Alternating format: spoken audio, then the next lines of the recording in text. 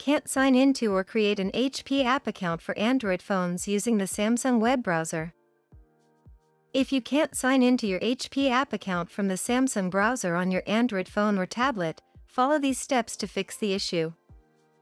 The common solution for this issue is to change the browser privacy settings to allow the HP app to open a browser window. First, restart your Android device and make sure it's connected to the internet.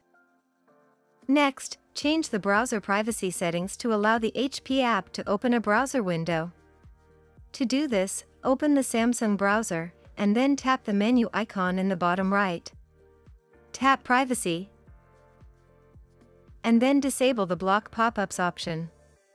Open the HP app, and then sign into or create an account. If you are still experiencing the issue, try using a different browser. Install the Firefox app from your App Store. Change the default browser to Firefox. To do this, open the Settings app and search for and open the Default Apps or Default Browser menu. Select Firefox from the list. Open the HP app, and then sign into or create an account.